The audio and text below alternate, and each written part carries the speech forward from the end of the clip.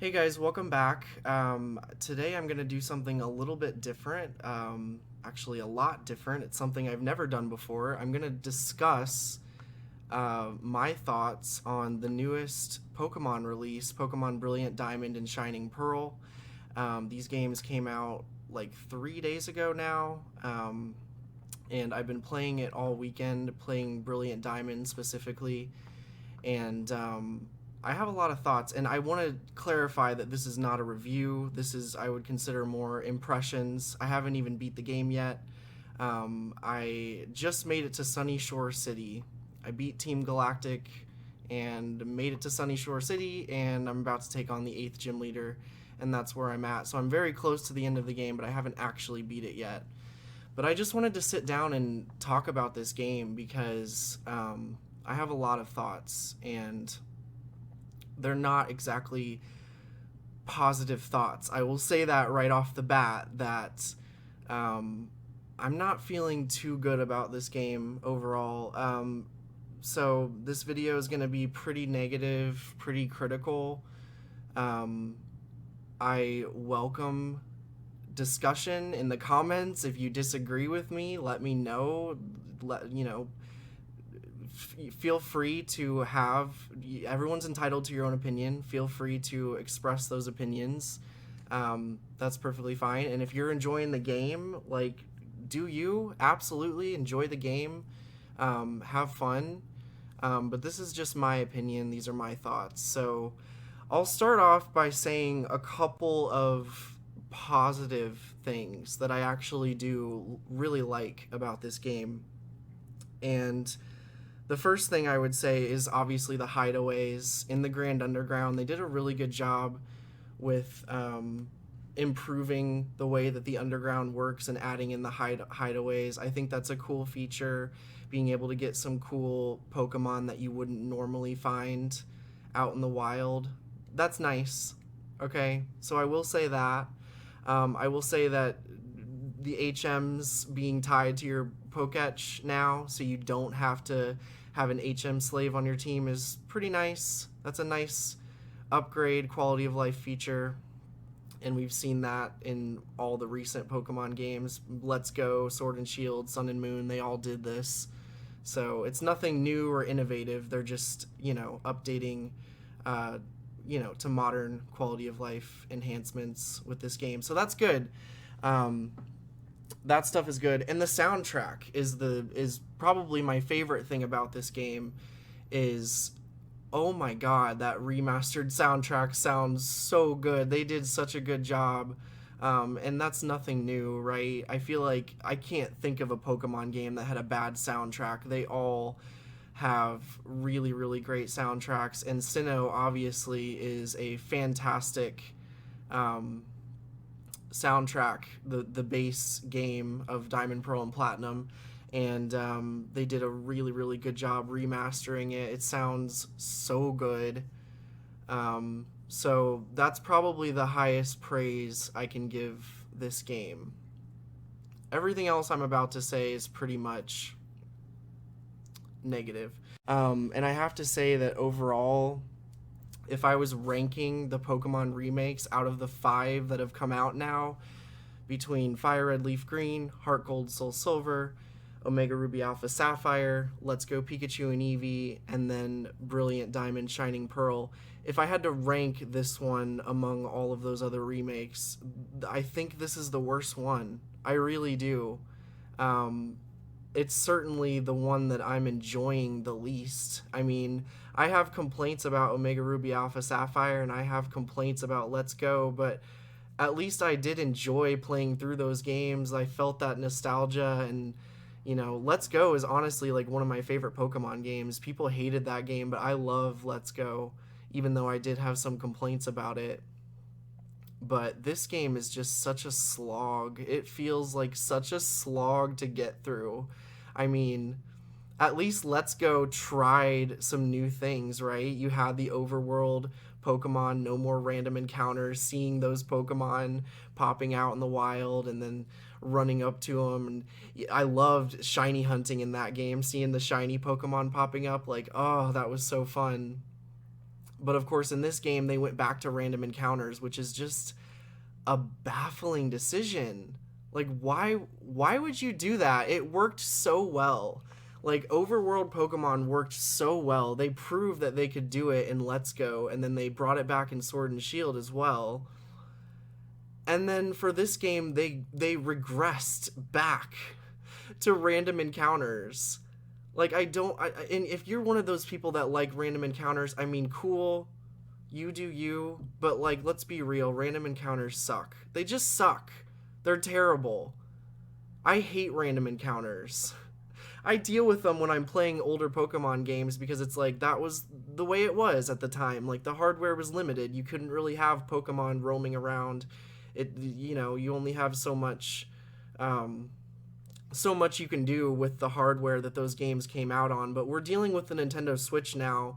You have games like Dragon Quest XI and Xenoblade where you're walking around these big RPG worlds and there's monsters spawning in and you see them out in the overworld and there's no random encounters that you have to deal with whatsoever. And then you've got Pokemon and it just feels like a cheap mobile game in comparison. It really does.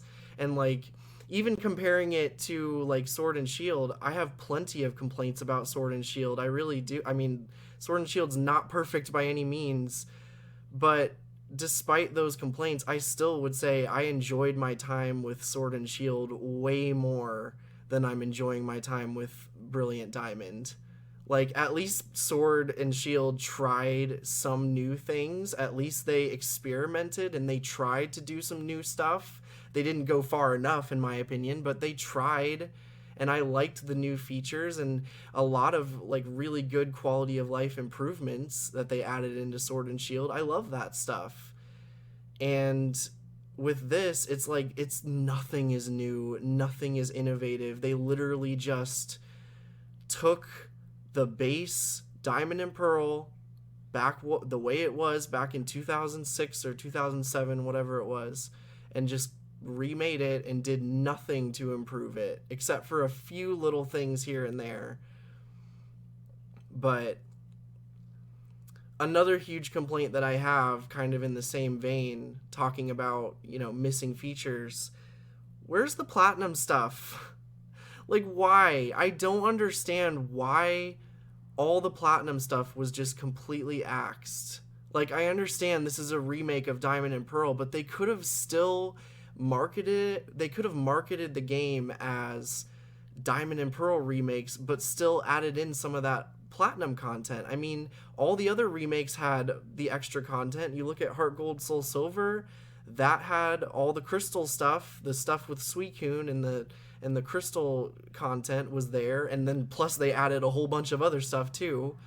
You look at ORAS, they added in all the Emerald stuff in the Delta episode at the end of the game, and you've got the Rayquaza Delta episode. Like, all of that's, and all the new stuff too in ORAS. Like, why is none of the platinum stuff in this?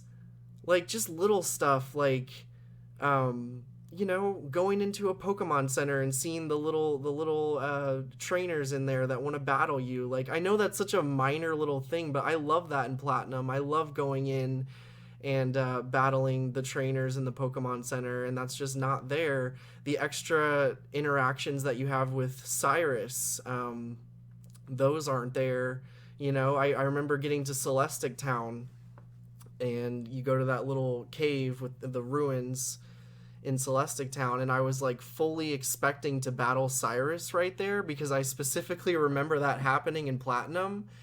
And then you don't battle him in BDSP. He appears, but he just says a little monologue and then he walks away. But it's like, I completely forgot that was a Platinum exclusive thing where you battle Cyrus in Celestic Town. And I was like so frustrated. I was like, man, this sucks. Like, it just sucks that all this platinum stuff is gone. And obviously I haven't beat the game yet. I haven't gotten to the fight area, the post game stuff, but I already know that the Battle Frontier is not in the game. That was leaked like weeks ago. So Yeah, just and obviously no distortion world, none of that. So it's just a baffling decision to me why you have all this content from the superior version of Sinnoh Platinum, but you choose to not include any of that content. Like, there's just no reason why you couldn't have mixed it in there. Like, I don't understand it. So that's probably one of my biggest complaints about this game. Between going back to random encounters, not having Pokemon appear in the overworld anymore is such a drag. And all the missing platinum content, it just, again, it just makes no sense to me why they chose to do that. Um, I have to say that this game, I've used the word like it's been a slog. I've used that phrase a lot, and I mean that. Like, it has literally been such a slog getting through this game, and it's so different from any other Pokemon game that I've ever played. I've never had this issue. In most other Pokemon games, I'm so excited when the game first comes out. I'm battling every single trainer. I'm like trying to capture every Pokemon I see. I want to try and get encounters on every single route and see if I see any new Pokemon appearing and capture them and battle everybody. In this game, I am actively avoiding encounters. I'm avoiding trainers. I'm avoiding encounters. I don't want to do random encounters. I've been spoiled by Let's Go and Sword and Shield, and I just don't want to do random encounters. So I actively avoid patches of grass. The only time I seek out encounters is when I'm in the hideaways, because admittedly, those hideaways, I do like to go down there and see the rare Pokemon that appear. But when I'm out in Sinnoh walking around, I am avoiding those patches of grass, or I'm just using repels, because I hate it. I hate it so much. And I'm avoiding trainer battles, which, again, that's something I've never done before in any Pokemon game. I've never skipped trainer battles intentionally. I might miss a trainer if I went the wrong direction and there was a trainer over there that I missed, like, whatever. But I'm talking, if I see a trainer, I'm battling you. I've always played every Pokemon game like that. And I'm not doing that in this game. I'm avoiding trainers. And the other reason I'm avoiding trainers, not just because it's a slog and it's boring, but also because it's unnecessary. My team is so over leveled right now. That's another huge issue with this game, is the level scaling is garbage. Like, I don't know what they were thinking. Like, basically what they did is they kept all of the original, from what I can tell, all of the trainers in this game have the same exact teams and the same exact levels that they had in the original Diamond and Pearl, which is fine. I understand that, but the problem with that is, in the original Diamond and Pearl, it was a lot harder to gain experience. This was back in 4th gen. Like, in this game, you're getting experience every time you capture a Pokemon. That was not a thing in the original 4th gen. So that's one reason I'm gaining a lot of experience, is because I've been capturing Pokemon, like, down in the hideaways in the underground, and you get experience for that. Also, the experience share is permanent, which in Sword and Shield I didn't really mind it, because I felt like the permanent experience share in Sword and Shield felt balanced, to where even though your whole team is gaining levels, your opponent's Pokemon are staying on par with the levels. So you're still fighting Pokemon that are around your level, because they did a much better job with level scaling in that game. But in this game, like, no, you are always going to be over leveled. The only way you can avoid being over leveled in this game is if you literally box your Pokemon and, like, constantly switch out your Pokemon, which admittedly I've been doing that. I've been switching out my team quite a bit throughout this whole game. I will deposit my starter, because my starter is so over leveled, and I'll deposit him for a little while so that he can get a break from gaining experience. And, you know, I've been doing a lot of switching, and even despite that, despite all the switching out that I've been doing, I'm still over leveled. Like, it's insane. Oh man. what else? What else? I mean, those are probably my biggest complaints. I don't really have much else to say, I guess. At the end of the day, I can't remember a time when a Pokemon game came out, whether it was a brand new release or whether it was a remake. I can't remember the I don't think there ever was a time. I've been playing since Red and Blue and Gold and Silver. Like Gold and Silver was my very first Pokemon game, and then I went back and played Red and Blue later, and I've stuck with the series ever since. I've been a fan for the majority of my life, okay? Like over 20 years now. So I've never been so bored playing a Pokemon game. I've never been so frustrated with the design decisions. I've never not enjoyed myself. And would I say this game is the worst Pokemon game? No. I mean, I would say like X and Y is probably worse. X and Y is not very good. Sun and Moon, same thing. I think Sun and Moon is even worse than X and Y. Just in my own personal rankings, I would probably rank X and Y and Sun and Moon probably at the very bottom. Is this game worse than Sun and Moon and X and Y? Maybe not. Maybe I wouldn't necessarily consider it worse than those, but it's still not great. I certainly like I said before, as much as I complained about Sword and Shield and all the issues I had with that game, I at least enjoyed my time with it. I at least had a good time playing it. I had a good time seeing all the new areas and doing the wild area stuff, and you know, all the new Pokemon designs were really great in Sword and Shield, and I had fun with it. At least I had complaints, but I also enjoyed myself, and I just am not really enjoying myself with this game. And I really, like, I don't know if I would recommend this game, especially to someone who's, like, brand new to Pokemon. I really don't know if I would recommend this game to them. I would say, like, go play Let's Go. Or go play Heart Gold and Soul Silver. Like, those are some of the best Pokemon games, honestly. Or just go, if you want to experience Sinnoh, go play Platinum. And I understand it's very hard to get and it's expensive to get a physical copy, but, you know, go emulate it, whatever. Like, seriously. I think Platinum is a more enjoyable experience than this. And as much as they did make some improvements... Okay, can I talk about one more thing that I completely forgot about? I forgot to talk about this. The chibi art style, man. How could I forget? I hate it. I hate it so much. It's so bad. Like, it looks terrible. These characters look so ugly. Like, you go into battle and they have, like, properly proportioned bodies. They look more like the Sword and Shield character models, and it's like, okay, I like that. I like how the characters look when you're in battle. But then as soon as you exit the battle and you're back in the overworld, like, those chibi models look terrible. And then not to mention the movement of your character is so frustrating. Like, the bike is basically unusable. I, like, never get on the bike because the bike is so hard to control.